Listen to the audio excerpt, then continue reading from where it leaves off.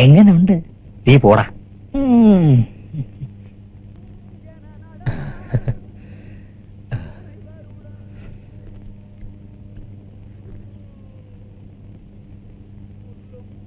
വല്ലതും വേണമെങ്കിലേ ആ രാജുവിനോട് പറഞ്ഞാ മതി.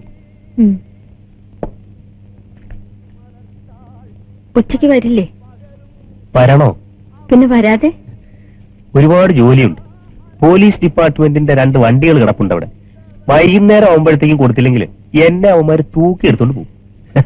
അങ്ങനെയാണെങ്കിൽ ഒരു കാര്യം ചെയ്യാം, ഉച്ചയ്ക്ക് ഊണ് രാജുന്റെ കൊടുത്തയക്കാം. അതാ നല്ലത്.